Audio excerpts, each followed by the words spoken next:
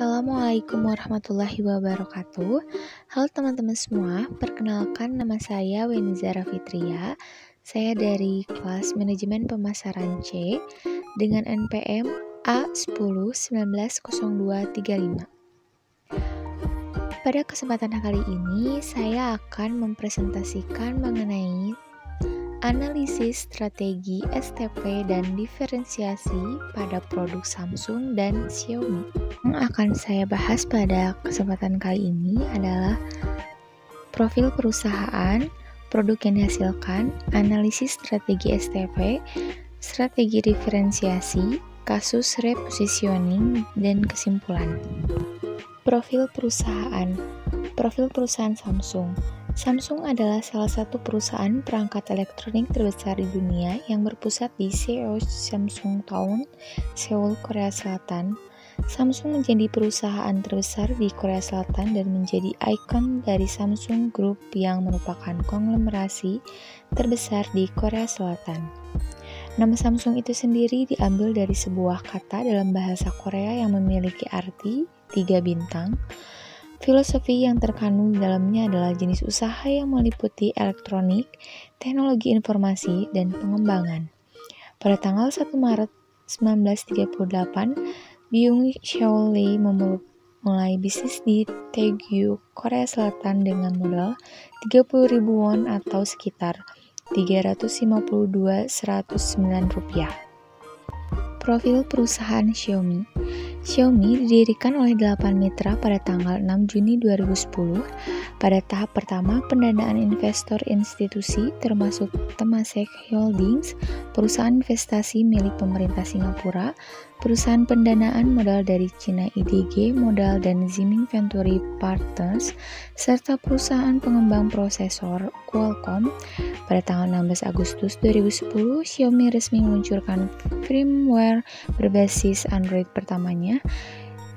MIUI, telepon cerdas pertama, diumumkan pada Agustus 2011 bernama Mi One. Ini ada beberapa produk yang dihasilkan oleh Samsung. Selanjutnya, ini ada beberapa produk yang dihasilkan oleh Xiaomi. Analisis STP pada produk Samsung. Yang pertama, positioning. Pada Samsung, segmentasi Samsung di sini adalah masyarakat menengah ke atas dan mencakup semua gender dan usia, mulai dari anak muda sampai dengan orang dewasa. Kita lihat dari iklan tersebut bahwa Samsung cocok digunakan untuk orang dewasa dan anak muda, karena Samsung merupakan smartphone flagship yang kaya fitur terbaru dan menjadi salah satu smartphone paling baik saat ini. Yang kedua, targeting. Targeting dari Samsung di sini adalah masyarakat kelas menengah ke atas karena harganya yang di atas 10 juta dan tidak mungkin bisa dibeli oleh kalangan kelas menengah ke bawah. Untuk itu, Samsung berinovasi dengan meningkatkan fitur-fitur positioning. Samsung mempersepsikan kepada masyarakat bahwa produk yang mereka buat itu sangat inovatif, disenjatai hardware yang terbaru, kaya fitur, dan lebih memudahkan dalam pengoperasiannya. Selain touchscreen, Samsung series ini juga memiliki mode air gesture dan Smart AI dalam pengoperasiannya. Selanjutnya, analisis STP produk Xiaomi. Strategi pemasaran yang dilakukan oleh perusahaan Xiaomi sangat berpengaruh terhadap eksistensi perusahaan di mata konsumen, khususnya masyarakat di Indonesia. Xiaomi pertama masuk di Indonesia pada awal September 2014. Mereka kala itu menjual ponsel pintar Redmi One S lewat flash sale di situs e-commerce Lazada. Sebanyak 5.000 ponsel yang tersedia saat itu habis terjual dalam waktu kurang dari 7 menit. Pada November, juga lewat Lazada, Xiaomi kembali menawarkan Redmi Note dengan harga sekitar 2 juta. Vice President Global Xiaomi, Hugo Bara, menyatakan bahwa Xiaomi sedang mempersiapkan fondasi e-commerce yang kuat terkait dengan strategi pemasaran. Selama ini, model pemasaran Xiaomi memang fokus melalui jual beli online. Strategi diferensiasi yang dilakukan oleh Samsung. Perusahaan membuat produk yang terdiferensiasi agar menumbuhkan keunggulan bersaing.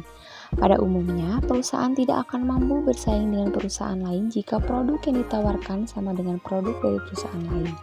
Karenanya, perusahaan harus melakukan inovasi dan pengembangan fitur-fitur yang ada dalam produk induknya. Diferensiasi produk juga mencegah para pesaing atau followers untuk menduplikasi produk tersebut, atau dengan kata lain menciptakan produk yang unik yang memberikan keuntungan yang di atas rata-rata. Konsumen biasanya akan membeli produk dengan fitur yang sudah dikembangkan.